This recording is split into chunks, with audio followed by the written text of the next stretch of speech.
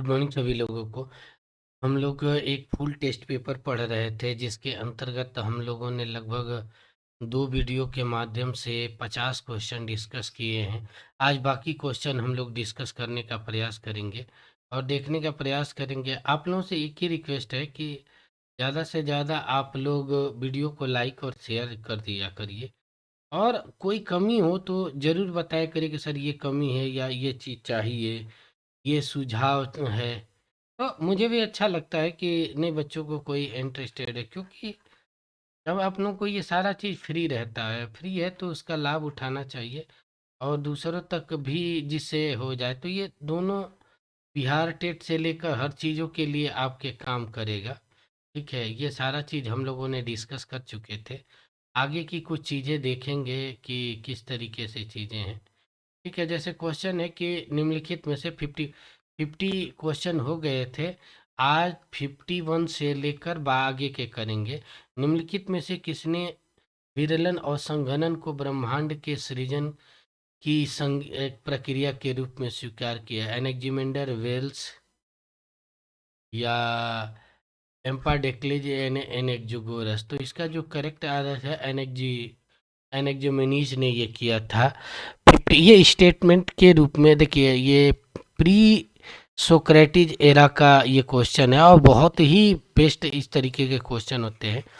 Next question है 52। इस ब्रह्मांड में कोई सीधी रेखा वास्तव में सीधी नहीं है, कोई वृत्त वास्तव में वृत्त नहीं है, फिर भी पूर्ण सीधी रेखा या वृत्त अपने संसार में विचार करते हैं। ये भी प्री सोक्रेटिस एरा का है। ये थेल्स का होगा, देखता हूँ इसमें क्या क्या नाम आता है।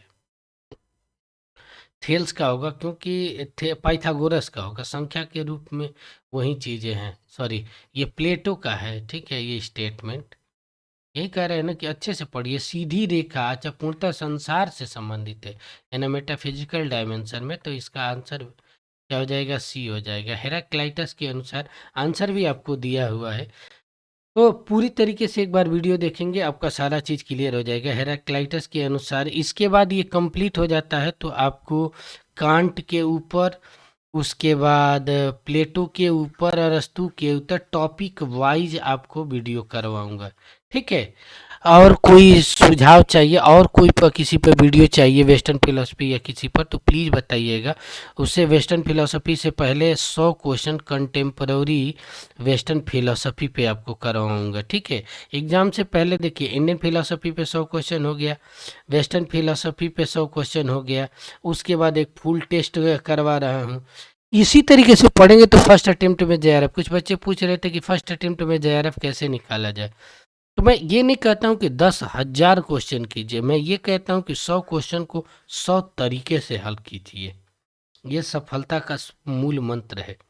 और टॉपिक वाइज कंसेप्ट पे काम कीजिए, हर बार सफलता मिलेगी हर एग्जाम में। इसका जो करेक्ट आंसर है क्या हो जाएगा? बी एच 54 है कि अच्छाई को जानना अच्छा करना है, नैतिक जीवन में सुख के लिए कोई स्थान नहीं। यह किसका विचार है? ये स्टेटमेंट है प्लेटो, अरस्तु, सोफिस्ट, सुकरात। ये सुकरात का है। इनका एक स्टेटमेंट है ज्ञान ही सद्गुण है, बहुत फेमस स्टेटमेंट है, इसे भी जानना चाहिए। सद्गुण है। ठीक है। ठीक है, 55 है कि निम्नलिखित में से किसका यह विचार है कि पृथ्वी जल पर बहुत ही चिपटी डिस्क है? पृथ्वी जल पर बहती हुई चपटी डिस्क है, यानी जल को थेल्स माने हैं ना, थेल्स ने वाटर को माना है। ठीक है, पाइथागोरस ने नंबर को माना है। ठीक है, संख्या को माना है। ठीक है, तो इसमें ये सीधा हो जाएंगे बी करेक्ट आंसर। अरस्तु के अनुसार वस्तु क्या है? ए शुद्ध रूप, बी शुद्ध पदार्थ के रूप में, सी पदार्थ और रूप के रूप में, डी न पदार्थ और पदार्थ और रूप के द्वारा। क्योंकि कोई वस्तु होती है तो इसमें मैटर के भी एलिमेंट होते हैं और उसका फॉर्म भी होता है, यानी बाल्टी एक वस्तु है तो इसका एक तरीके का आकार होगा। ठीक है, इसमें चारों कारण हो गए, चारों पक कारण में से दो दो कारण के रूप में डिवाइड हैं, ये भी मैं बता ही चुका हूँ। तो करेक्ट आंसर क्या हो जाएगा? सी हो जाएगा। किसने गति के तर्क द्वारा ईश्वर के अस्तित्व को प्रतिपादित करने का प्रयास किया? Saint एक्विनस, Sant अगस्तिनस, Pythagoras, gorgeous of the. एक चीज जान लो कि मध्यकाल का दर्शन है, थोड़ा सा इसको हम डिटेल से डिस्कस कर देते हैं। मध्यकाल मध्यकाल का जो दर्शन है, लगभग डार्कनेस पीरियड ऑफ फिलोसफी कहा जाता है। ठीक है, ये आस्था का युग कहा जाता है, आस्था का युग कहा जाता है। उसके बाद इसमें 3 दार्शनिक हुए, अंगस्टीन, उसके बाद एक्विनास, थॉमस एक्विनास, संत एंसेलम, और तीनों ये पादरी थे। तो ये भी कहा जाता है कि यह पादरियों पादरियों का दर्शन है, पादरियों का दर्शन है, या ईसाई धर्म का दर्शन है, ईसाई ईसाई युग का दर्शन है।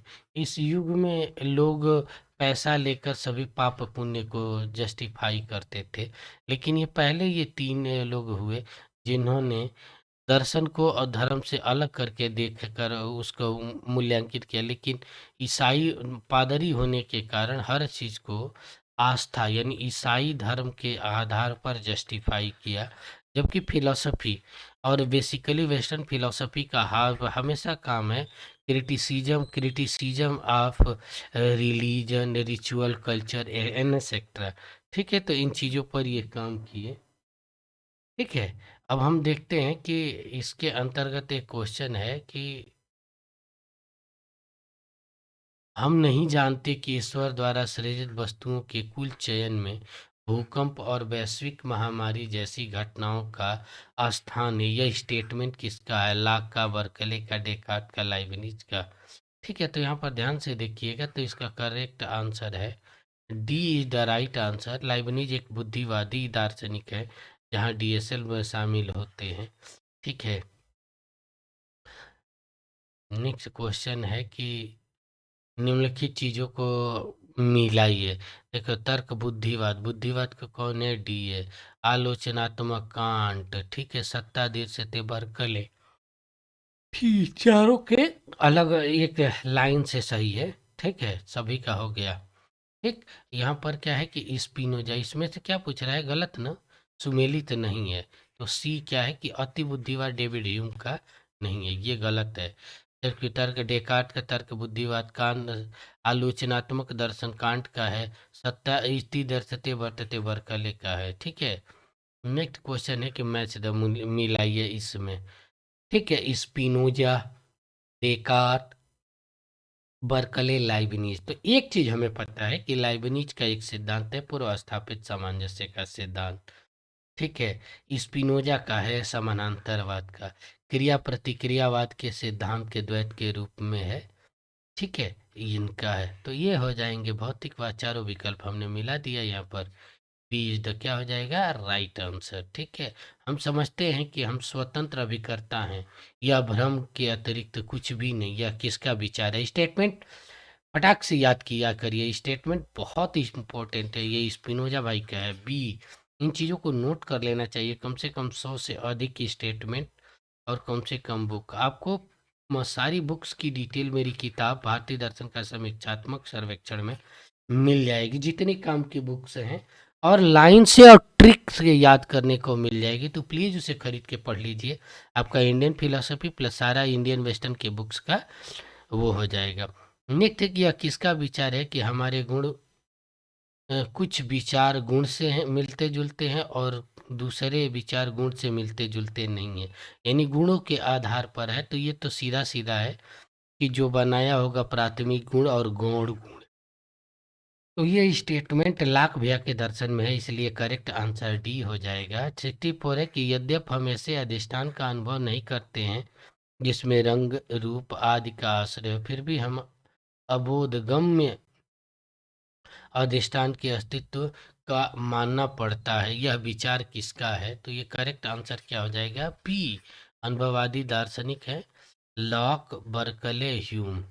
ठीक है, तो जॉन लॉक का है, जिन्हें उदारवाद का जनक कहा जाता है। ये है कि संवेद शक्ति के रूप अनंत प्रायिक और बोध अवधारणात्मक होते हैं। यह किसने कहा था?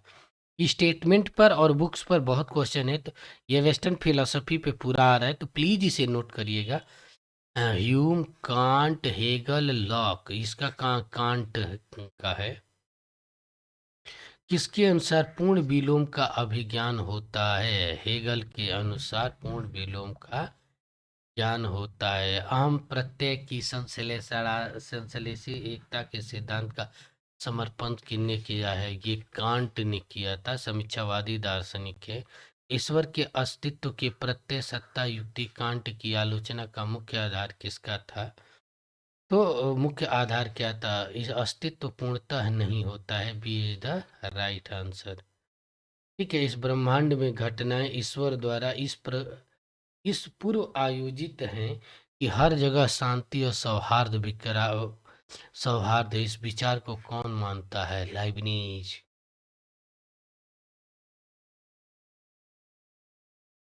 डिकोर्स ऑन मेथड्स मेडिटेशंस किसकी है? तो ये डेकार्त भैया का है। डेकार्त भैया का ही है। ठीक है, निम्नलिखित में से प्लेटो के संदर्भ में सही नहीं है। विचारों की अपनी दुनिया होती है, 100% है। विचार कालिक होते हैं। ठीक है, आकार रूप में विचार वास्तविक होते हैं, सही है। विचार बाह्य कृति से होते हैं, नहीं। इसका करेक्ट आंसर डी हो जाएगा, ए और सी। ठीक है, किसने अमूर्त विचारों के सिद्धांत का खंडन किया है? यह तो फेमस स्टेटमेंट है। लाक बर्कले भैया ने अमूर्त प्रत्ययों का खंडन किसने किया है? तो वो बर्कले भाई। जिन्हें प्लेटो का मानस पुत्र भी कहा जाता है। D is the right answer. 70 डेकार्त के संदर्भ में निम्नलिखित कथनों में से आप देखिए कि वेस्टर्न फिलोसफी से ज़्यादा क्वेश्चन कहाँ से आ रहे हैं? तो मॉडर्न वेस्टर्न फिलोसफी से। इसीलिए मॉडर्न वेस्टर्न फिलोसफी से 100 क्वेश्चन करवाए। जहाँ जहाँ इम्पोर्टेंट है उसी को हम ज़्यादा टारगेट करके पढ़ाते हैं। तो आप एक ही काम कीजिए कि पूर्ण समर्पण के साथ जितना करवा रहे हैं उतना करते जाइए, आपका कल्याण हो जाएगा। हाँ, कंसेप्ट पर काम जरूर कीजिए। ठीक है, प्रैक्टिस यहाँ से करवा दूंगा, डेली प्रैक्टिस यहाँ से कर लीजिए, और कंसेप्ट खूब पढ़िए। ऑटोमेटिक हो पेपर वन के लिए तो आप ज़्यादा से ज़्यादा पेपर वन में 3 चीज़ें ज़्यादा डेली। कंप्रीहेंशन डेली होना चाहिए, मैथ और रीजनिंग डेली होना चाहिए, क्योंकि ये प्रैक्टिस पर है। प्रैक्टिस जितना करवाएंगे परफेक्ट। और बाकी चीज़ों को नोट्स को याद कीजिए, बहुत काम करेगा। इन्वायरमेंटल वाले से करंट की कुछ चीज़ें देख लीजिए। ठीक है, द्रव्य वह है जिसका अस्तित्व नहीं है, डेकार्त के संदर्भ में नहीं। आगे क्या है? मैं सोचता हूँ इसलिए मैं हूँ। I think therefore I, this is a right answer. ठीक है, बी एकदम 100% है। मैं सोचता हूँ तो मैं सुनूं, दोनों सही है। ठीक है, लेकिन ये मैं सोचता हूँ तो ये नहीं सही है, लेकिन ये है कि मैं आई थिंक, ये है इनका system. I think therefore I, ये इनका स्टेटमेंट है, तो D is the right answer. 74 का क्या है कि बर्कले के संदर्भ में विचारों को ए और आर, ऐसे स्टेटमेंटों को याद करने का सबसे अच्छा तरीका है कि आप गलत ढूंढे तो यदि होता है तो ठीक है, नहीं तो फिर दिमाग लगाइए। ये क्या कह रहा है कि बर्कले के संदर्भ में विचार प्रत्ययों का ही अस्तित्व है। ठीक है, बर्कले मानते भी हैं। बर्कले की दृष्टि में ऐसा कोई ज्ञान नहीं है जो वे विकारों के प्रत्यय ना हो, ये भी बात लगभग सही है। ठीक है, इसलिए ए और आर दोनों सही है। आर की व्याख्या करता है, ए इज द राइट आंसर। निम्नलिखित कांट ने स्वीकार नहीं किया।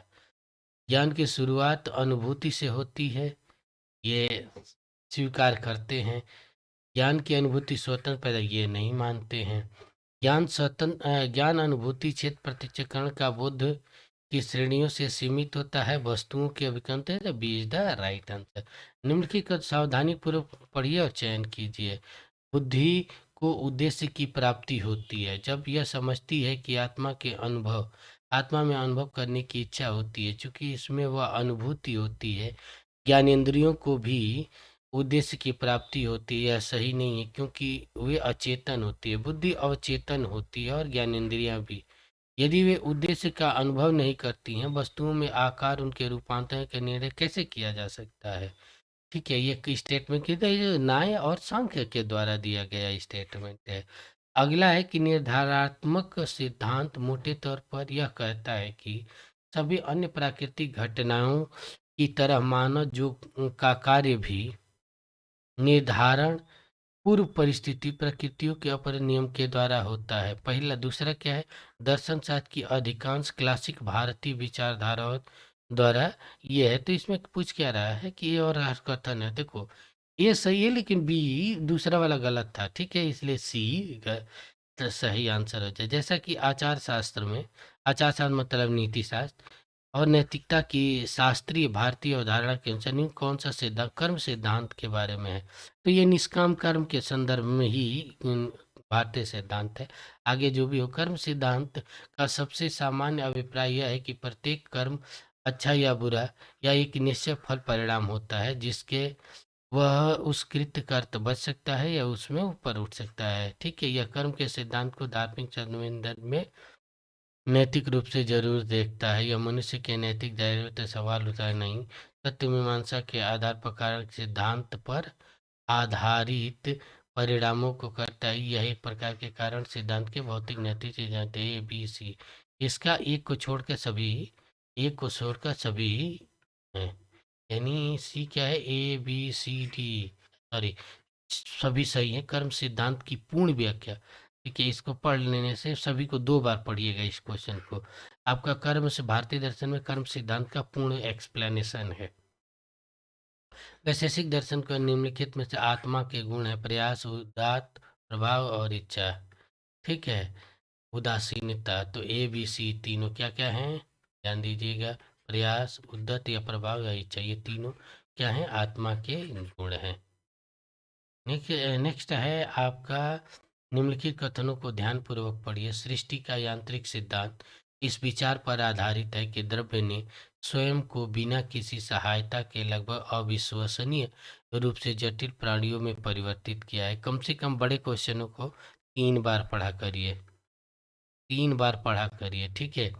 इस 99% क्वेश्चन का आंसर इसी स्टेटमेंट में ही मिल जाता है। बी के सृष्टि का प्रयोजनात्मक सिद्धांत इस विचार पर आधारित है कि शरीर वस्तुओं में उद्देश्य, व्यवस्था और कुशलता योजनाबद्ध तरीके से कार्य कर रही है, युक्तिकर्ता के द्वारा बाहर आरोपित होती है। न्याय दर्शन के सिद्धांत का यांत्रिक है। ठीक है, नीचे दिए गए ये क्या पूछ रहा है कि न्याय दर्शन के सृजन सिद्धांत का प्रायोजक है। तो पहला तो सही है और बी है, ये वाला गड़बड़ है। ठीक है, न्याय दर्शन क्या, ये नहीं है। उनका सिद्धांत आध्यात्मिक है, बल्कि ये क्या है, यांत्रिक है। यांत्रिक का कहने का मतलब मैकेनिकल होता है। ठीक है, तो ये इधर क्या हो जाएगा, राइट आंसर। वैशेषिक दर्शन जो दिए गए हैं, सम्यक ज्ञान लोगों को यह समझाने योग्य बनाता है कि सभी कर्मों की परिणति दुख से होती है। किसी व्यक्ति को सभी कर्मों से विमुख होकर मोक्ष प्राप्त करना ही। ठीक है, ठीक, दोनों ही गड़बड़ हैं। ठीक, B is the right answer. Sankhya के अनुसार धर्म और धर्म क्या है, आत्मा के गुण हैं। ठीक है, आत्मा के कोई गुण नहीं होते हैं, बुद्धि के गुण है। आत्मा के रूप दी बुद्धि के गुण है। ठीक है, बुद्धि से रूपांतरण होते हैं, यानी बुद्धि बताती है। देखो, बुद्धि बुद्धि ही ये जस्टिफाई करते हैं कि ये धर्म युक्त कर्म है, धर्म युक्त कर्म है, और ये अधर्म युक्त कर्म है। Is the right answer. नीचे दिए 2 कथन। अधिनैतिक सिद्धांत के रूप में संज्ञेय वेगवादी यह मानता है कि नैतिकता के कार्य प्रेरक बल को नैतिक निर्णय के विशेष मूल्य व्याख्या किया जा सकता है। ठीक है, अधिनैतिक सिद्धांत के रूप में निवेशवाद में ने यह माना कि नैतिकता के कार्य बल पर नैतिक निर्णय को मूल्यांकन अवश्य किया जा सकता नहीं। ठीक है, यानी दोनों गलत है, दोनों सही है, दोनों ही सही है। ठीक है, नेक्स्ट देखते हैं कि निम्नलिखित में से कौन सा नैतिक निर्णय पर आर.एम. ये कंटेम्पररी वेस्टर्न फिलोसफी का क्वेश्चन है। आर.एम. हेयर के विचारों से संबंध नहीं, ये आदेशात्मक युक्ति के प्रकृत होते हैं। इन्हें स्वीकृति प्रदान करना, उनके आदेशों को स्वीकार करना है। किसी आदेश को स्वीकार करने में कुछ करना या किसी वस्तु को कारक बनाना शामिल है। ये तथ्य कथन वाले होते हैं। इसका करेक्ट आंसर क्या हो जाएगा? ए, बी, सी। ए गलत है, ठीक है, यानी डी गलत है, C, D is the right answer. ठीक है, तो ये आंसर थे 85 क्वेश्चन के। अब आगे की चीज़ें हैं, आगे आप लोगों को ये वाले क्वेश्चन दिख रहे हैं, ठीक है, तो वो भी डिस्कस कर दूंगा। तो आज के लिए यहीं तक। आप लोग प्लीज़ कमेंट करके बताइए कि आपको किस पर वीडियो चाहिए और क्या चाहिए, मैं उस पर काम करूंगा। तो आज के लिए यहीं तक। Thank you so much.